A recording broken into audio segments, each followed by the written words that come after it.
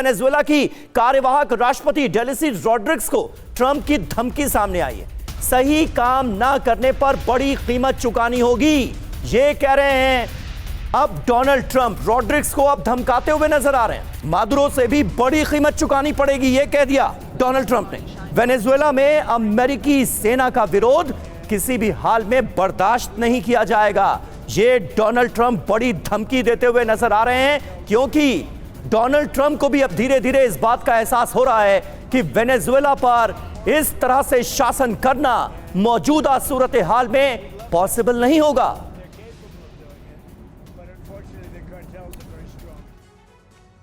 तो operation Venezuela जारी है। मादुरो के बाद रॉड्रिग्स की बारी। ट्रंप देखिए चेतावनी क्या दे रहे हैं, वार्निंग क्या दी गई है ट्रंप की तरफ से। डेल्सी रॉड्रिग्स को हमारी हर बात माननी होगी, जो अमेरिका कहे मान लो। अगर वो ऐसा नहीं करेंगी तो बड़ी कीमत चुकानी होगी। वेनेजुएला में अमेरिकी सेना का विरोध बहुत भारी पड़ेगा। हमारे फैसले मानोगे तो सेना तैनाती की जरूरत नहीं होगी। धमकी की वजह देखिए क्या है। ट्रंप को लगता है कि डेल्सी अमेरिका के लिए मुसीबत बन सकती हैं। डेल्सी रॉड्रिग्स ने मादुरो के अपहरण का विरोध किया था। रॉड्रिग्स ने मादुरो को वापस वेनेजुएला भेजने की मांग की थी। बड़ी बात यह है कि डेल्सी रॉड्रिग्स मादुरो सरकार की सशक्त समर्थक रही हैं। वामपंथी गुरिल्ला लड़ाके जॉर्ज एंटोनियो रॉड्रिग्स की वो बेटी हैं, और अब रॉड्रिग्स कहीं ना कहीं ट्रंप की नीतियों की, ट्रंप के इरादों के लिए एक बड़ी चुनौती बनती हुई नजर आ रही है। ब्रिगेडियर शरदेंदु, इस वक्त वेनेजुएला में जो कुछ हो रहा है, एक तरफ 50 लाख की फोर्स अमेरिकी फोर्सेस के खिलाफ खड़ी नजर आ रही है, दूसरी तरफ उपराष्ट्रपति हो या फिर वेनेजुएला के रक्षा मंत्री, वो सीधे सीधे अमेरिका को चुनौती देते नजर आ रहे हैं। ऐसे में क्या ट्रंप अपने इरादों में कामयाब हो पाएंगे वेनेजुएला में?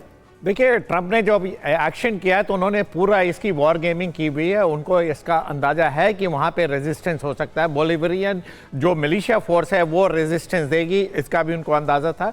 देखिए, जब पहले दिन का ऑपरेशन हुआ तो उस समय ये न्यूज़ आई कि एक भी बुलेट फायर नहीं हुआ, लेकिन अल्टीमेटली रिजल्ट निकला कि 80 सिक्योरिटी गार्ड्स मारे गए हैं। तो एक रेजिस्टेंस तो था ही, तभी 80 लोग मारे गए। लेकिन अमेरिका की जो पहुँच है वेनेजुएला में वो आपको देखना पड़ेगा। उनका जो नेटवर्किंग है, CIA का जो नेटवर्क है, जिस तरीके से उनके डिफेंस फोर्सेज ने ऑपरेट किया, पूरे देश को आपके हेड ऑफ स्टेट को वो 4 घंटे में अबडक्ट करके उठा के ले चले जाते हैं। तो मेरा मानना है कि अमेरिका ने पूरे तरीके से वेनेजुएला पे कंट्रोल करने की कोशिश करेगा। रेजिस्टेंस जरूर आएगा, लेकिन एक तरीके का प्रेशर अमेरिका बना रहा है वेनेजुएला पे। डेल्सी फेड्रिस को भी उन्होंने क्लियर कट संदेश दिया है कि आप मेरे साथ कॉपरेट करें, नहीं तो आपका भी अमेरिका फेज 2 ऑपरेशन चलाएगा। तो एक धमकी नहीं है, ये एक्शन में कन्वर्ट होते हुए दिखेगा। और डेल्सी फेड्रिक्स ने भी बोला है कि वो एक डिग्निटी के साथ अमेरिका के साथ कॉपरेट करना चाहती हैं, जिससे कि जो वेनेजुएला की सफरिंग है, वेनेजुएला के लोगों की सफरिंग है, उसको कम किया जा सके। उनके जो नेचुरल रिसोर्स हैं